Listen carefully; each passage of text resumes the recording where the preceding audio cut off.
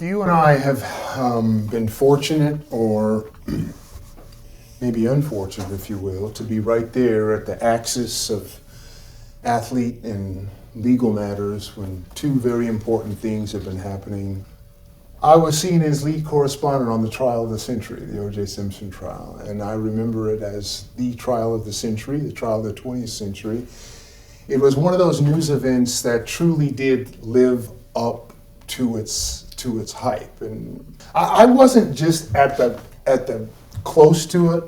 I was at the front and center of it, and I was deep into it, and I would basically sometimes have 16-hour days where I reported nothing but the O.J. Simpson case. It's where I really got a fascinating close-up look of the public's fascination of a sports superstar. Yes. I mean, you have said this to me and educated me so many times about how sports is the one true reality show. Yes. I would be out there delivering my reports outside the criminal courts building in downtown Los Angeles.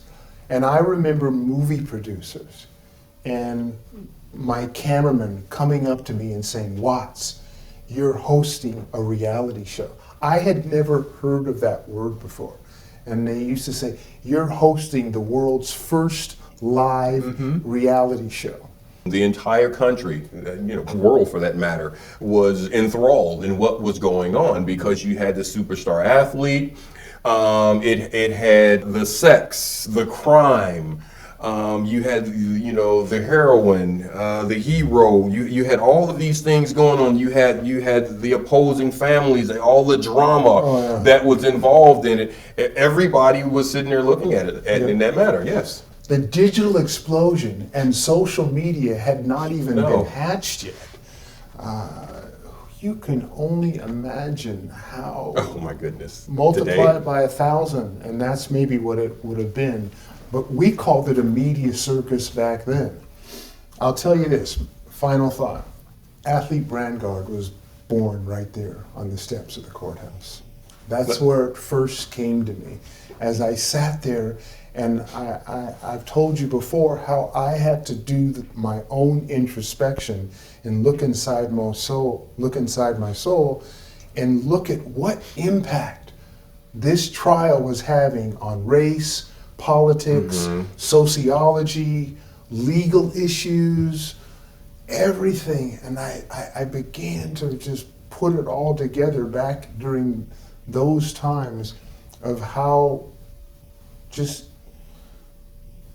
transitional and pivotal of a moment I was standing in. This is an extreme case. Right. Without question. Absolutely. But this trial, this circumstance affected, I think it affected the world in a way that you still feel today. No, absolutely. It started 25 years ago, and episodes of this reality show are still being played out today, with O.J. now on Twitter giving Antonio Brown advice.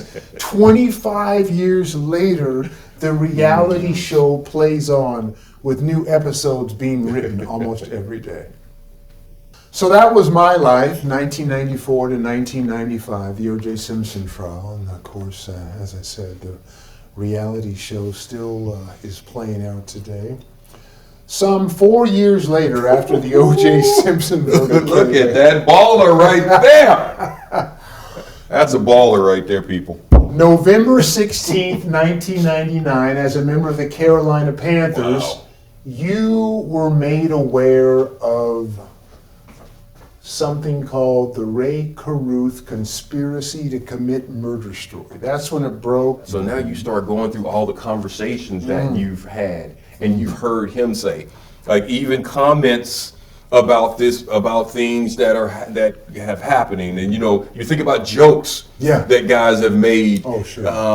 Where they're talking about this guy and the stripper that he's dating. You're messing with the dancer. You're doing this, and then you think about comments that were made off of that, and guys start going back and forth with those type things. You can't comprehend someone that you have spent that much time with being involved in something like this. When I first heard all of it, I didn't believe it. No.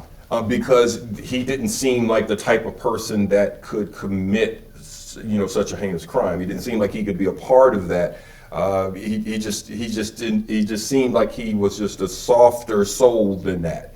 Right. Because you think that there'd have to be some type of darkness in someone to be a part of something like that, and he just didn't see it. Yeah. But still, you have your own obligations and your people to take care of, because you didn't have anything to do with this, but now you have everything to do with it. And you can get involved in things like that. When we talk about getting caught up in a storm, you're in the middle of it, and all you can do is just go through and just try to figure it out. But there were so many little things that were said and done at that time, and conversations that you now think of, that you would think about, where it almost felt as though the story was being told, right, but you would never think about it, because why? That's not something that someone does. How'd you get over it? Well, it wasn't it's not a question of getting over. You develop compassion and empathy, and you understand that there are things out of your control. A lot of this that we discuss all the time is like the things that you can control. You try to do everything you possibly can to stay on top of it. There are some things that you can't control, and you have to just pump the brakes and just think about what was going on at that time and what was going on in that person's head. And I will say this, there are moments that I reflect on, even to this day, of conversations that I had with him, that he was possibly discussing what he was thinking of doing. I would actually have a conversation with someone about that now. I would actually pull someone aside and not view it as a joke.